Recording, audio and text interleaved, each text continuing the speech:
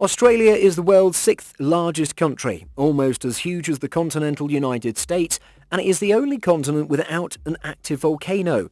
It doesn't really require one because experts think that the oldest evidence of life on Earth may be found in this wonderful land known as Down Under. But there's more to say about this vast continent, especially after seeing what's been discovered there recently. Take it from us, there's more to Australia than kangaroos and koalas. But before we get started, be sure to hit the like button, subscribe and click the notification bell for more such amazing content. Ancient Egyptian hieroglyphics. Did you realise that Australia has a long history with ancient Egypt? The Ghostford symbols, they claim, are what they're talking about. These elaborate markings are said to have been etched by ancient Egyptians who visited Australia approximately 5,000 years ago. The ancient Egyptian culture, according to several sources, was exceedingly advanced. They built great transoceanic ships that could have brought them not only to America, but also to Australia. Many people believe this strange set of symbols is a hoax, while others believe it is definitive evidence of ancient Egyptian transoceanic voyages. Researchers from all over the world have mixed feelings about whether advanced ancient civilizations like the ancient Egyptians were able to travel by ship to other continents. It appears to be the case. While many scholars believe these hypothetical hieroglyphs are nothing more than a modern-day forgery or an archaeological joke, others believe they are the genuine article, left behind by ancient Egyptian explorers more than 5,000 years ago, and that they were discovered in an area known for its aboriginal petroglyphs within the Brisbane Water National Park. Castle in the Jungle. A timeless vacation for the whole family and an opportunity to peep into the heart and soul of a pure romantic dreamer, Jose Perenilla, is nestled in the heart of tropical North Queensland. This rainforest palace was the dream of an ambitious Spanish immigrant who travelled to Australia in 1913 to start a new life for himself and his girlfriend, who remained in Spain. He laboured for nearly a decade on the other side of the world, initially as a worker cutting sugarcane, and then gradually built his fortune by purchasing, upgrading and selling cane plantations. In 1924 he returned to Spain to retrieve his bride after 11 years away, building his money, only to discover that Matilda had married another. As a result, he married her daring younger sister, and in 1925 he gladly travelled back to Australia with her on a honeymoon journey. He and his bride saw this undeveloped forest acreage by a waterfall in 1929 and felt it would be their home one day. The Perenillas wanted to share their ideal castle with the world, so they spent the next 10 years building it with their bare hands. It was the ideal family day out as well as the ideal site for weddings and social events of the day, and the legacy lives on today. Pyramid in the ocean. Ball's Pyramid, named for Royal Naval Lieutenant Henry Ball, was discovered in 1788 and juts over 2,000 feet out of the Pacific Ocean. The ocean's pyramid is approximately 3,600 feet long and 980 feet wide. This makes it the world's highest volcano stack. It's the remains of a gigantic volcano and one among the remaining above-ground vestiges of the long-lost and lately discovered drowned continent of Zealandia. It's 400 miles northeast of Sydney, off the southeast beaches of Lord Howe Island. Ball's Pyramid is one of numerous sea stacks that may be seen off the coast, the eroded remnants of much bigger volcanoes that apparently erupted around 7 million years ago. It may appear to be a location where nothing could exist, yet it is not lifeless. It's home to the world's rarest insect, the Lord Howe stick insect, which is as large as a human hand. It hasn't been seen alive for more than 70 years though. The 6-inch-long insects were previously widespread on Lord Howe Island, but rats were thought to have eaten them to extinction. It's the world's heaviest flightless stick insect. Somehow, a handful of the wingless insects managed to elude capture and travel over 14 miles of open ocean to survive on this underwater pyramid. Horizontal waterfalls. It has been dubbed Australia's most peculiar natural marvel by Sir David Attenborough, who noticed 15 years ago that few people in the world had seen it on the Kimberley coast. The horizontal waterfalls are a fantastic approach to describe how the tide is turning. One of the world's largest tidal shifts has compressed two small beaches in the Kimberley coastline, resulting in this ocean phenomenon. It's as though someone has turned off the water supply. Hundreds of millions of gallons of seawater were dragged into a small marine canyon. During the highest tides, the water is sprawling and churning. Every second, up to 1 million gallons of water streams through the cracks. The falls are not only horizontal, but they're also reversible each day. The falls flow in the other way as the tide turns. As a result, this is Australia's most hazardous current. The landward gap is roughly 30 feet wide, whereas the seaward gap is around 70 feet wide. The natural phenomenon occurs when salt water builds up quicker on one side of the gap than on the other, resulting in a 13-foot high waterfall. Those interested in seeing the horizontal falls may discover cruise itineraries and local tour providers that'll take them there. Simply do not attempt to swim there. Shell Beach. Countless tiny shells make up this gorgeous snow-white beach. There's no sand, only shells in this cave that's up to 25 feet deep and runs for nearly 50 kilometers. Isn't it crazy? What causes this to happen? The beach is one of just a few spots on the planet where shells have taken the place of sand. A stroll along the shell beach is unlike any other. Surprisingly, the beach is comprised entirely of Shark Bay cockle shells. You're not alone if you don't know what it is. It's a bivalve mollusk that lives in the shallow seas off Western Australia's coast.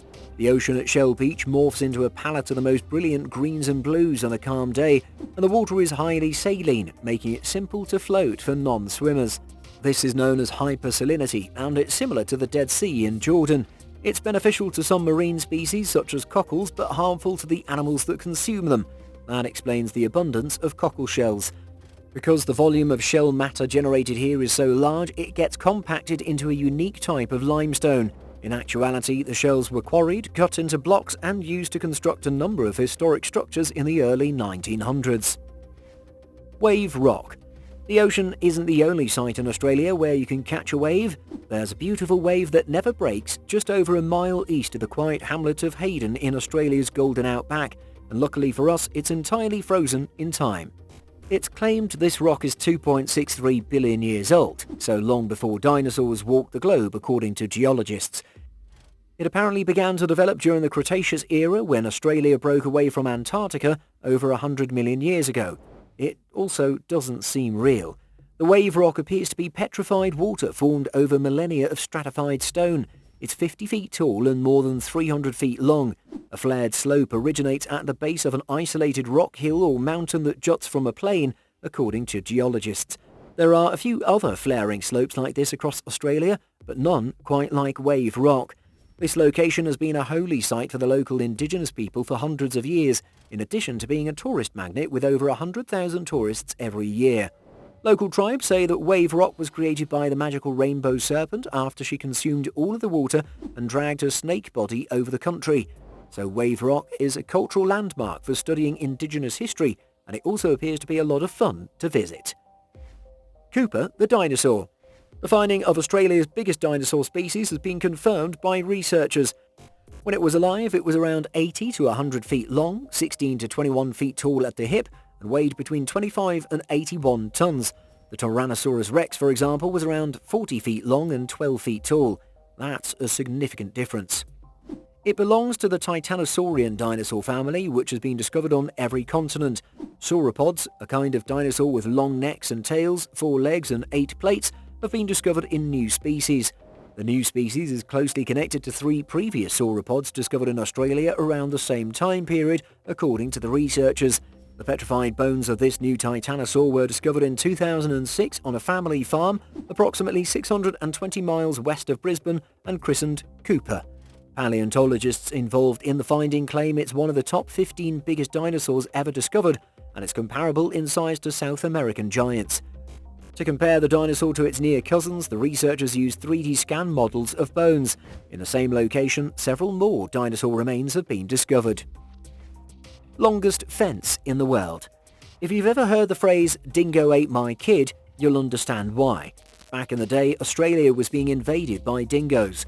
If you don't know what I'm talking about, here is what it is. Dingoes are an old lineage of wild canines that have become a nuisance.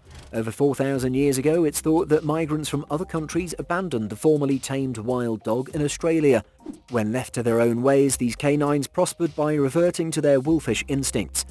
Just ask the millions of lambs consumed by these wild beasts. Farmers and landowners built Australia's Big Dingo Barrier to get control of their animals and safeguard their flocks. It's the world's longest barrier, stretching 3,488 miles and flanked on both sides by a 15-foot clearing zone. The fence, which was built in the 1880s, was designed to keep dingoes from feasting on all of Australia's sheep. It went on for thousands of kilometres unbroken, and it worked. The 6-foot-tall fence effectively kept sheep-eating wild dogs from killing millions of livestock. Although the barrier has helped to decrease sheep losses due to predators, rising numbers of grazing animals on each side of the fence can lead to overgrazing. A forest in the midst of a shipwreck.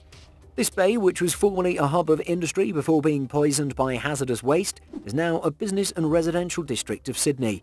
The bay's legacy as a prosperous commercial port, however, lives on in the shape of 4 abandoned freighters slowly decaying into the waters, and as a result of one thing leading to another, the value of scrap metal plunged and wrecking yards closed their doors. The ships were formerly used to deliver coal, oil and water supplies, but they were finally decommissioned and merely left floating in 1972. This vessel was allowed to drift here after 60 years of dedicated service. It was built in Scotland, travelled to Australia and served as a transport supply boat during World War II before retiring to run coal for the rest of its working life. This cargo ship, on the other hand, was bound for the scrap heap. Take a look at it now, when it was simply sitting there. From the centre, mangrove plants began to sprout. The growing tree's branches pour over the edges of the ship, progressively rotting the hull of the long-lived ship which was built in 1911. And that is where we are right now.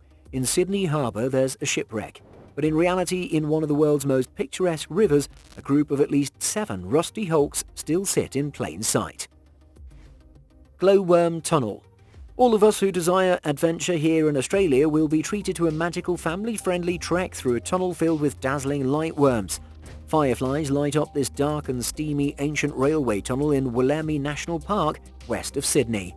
Explorers must first drive a little rough route and then walk down abandoned railway lines via beautiful woods, small gorges and mysterious rock formations to reach the ethereal blue-green spectacle, but it's well worth it. The tunnel was created as part of a railway in the early 1900s, but was decommissioned in 1940, leaving millions of glittering glowworms to coat the moist walls, which visitors to the cave hailed as breathtaking. Fireflies, also known as glowworms or lightning bugs, are soft-bodied insects that employ bioluminescence to attract mates or prey throughout the evening. The bottom abdomen of fireflies emits a cool light with no infrared or ultraviolet wavelengths. It might be bright green or light crimson in colour. Isn't it amazing? Because the fireflies are sensitive to light and noise, visitors to the tunnel must switch off their torches before the sprite-like jewels begin to glow blue and green. Underground mining town. Coober Pedy is a town in Australia where half of the population lives underneath the ground. The opal mining business in Australia is centred on this peculiar location. The town is home to an estimated 70% of the world's opal output, giving it the distinction of opal capital of the world. In reality, the opal sector employs the majority of Coober Pedy's people. Despite being one among Australia's hottest, dustiest and driest areas, the town is now a pioneer in sustainable living. Welcome the chiselled subterranean walls housing whole bedrooms, bookshops, churches and pubs, and as you can see, nothing about this underground mining town is for the faint of heart. To begin with, it's really hot. Summer temperatures which may reach 113 degrees Fahrenheit in the shade. Despite this, residents of Coober Pedy have grown highly skilled at life underground over the years, developing bespoke subterranean residences with more than 1 or 2 rooms. It's nearly 1,000 kilometres from Canberra, Australia's capital city in South Australia, and after a century of living in these dugouts, the residents have no intention of leaving. The Marbles of the Devil. These rocks are widely known icons of Australia's outback, and their red tones are especially striking in the morning and sunset light when the sun highlights their red hues. It is nevertheless more vast and spiritually significant than most postcards depict. Many individuals consider the entire region to be spiritually significant. Many creation legends of this area took place around the Devil's Marbles, which Aboriginals call Kalu Kalu. Some people believe the massive rocks are the famous rainbow serpent's petrified eggs. Aside from its historical significance, the protection area for the Devil's Marbles is far larger than most people realise. The park has a total area of 4,500 acres with hundreds of circular rocks. Some of the boulders are more than 20 feet in diameter, while others are about 1 foot in diameter. Apparently, over millions of years of sandstone erosion and exposure to the weather, these granite boulders developed rounded edges, resulting in the countless fields of marbles that we see today. And it's one of Australia's most popular tourist locations. It's a fantastic area to stop for the night and set up camp, with excellent amenities. Make sure to take plenty of photos and movies. Firing chambers. Scuba divers frequently get the opportunity to examine a sunken ship or even ancient ruins, but this dive is different. The firing chambers of a space shuttle have been discovered by this deep diver, which looks to be the remains of some sort of space research. It's not something you'd expect to see while swimming in Australian waters, but it's also not unheard of. In 1979, NASA's Skylab, an orbiting workshop for study of scientific space concerns, crashed to Earth, raining debris across Australia. The spacecraft, which stood 9 floors tall and weighed about 80 tons, shattered in the high atmosphere somewhere at sea. With the energy of a dying asteroid, 10 shards weighing 1,000 pounds or more each slammed into our atmosphere. Is this the last piece of the NASA spaceship, or something else entirely? Should we just throw it in the water and let nature take its course? Or perhaps transport it to a museum where it would be interesting to view both underwater and on land? Don't you think? Leave your thoughts in the comment section below. Hopefully these intriguing videos taught you a lot about Australia while you were here. The reality is there's still more to learn, and we can't wait to find out what it is. As a result, please like and subscribe.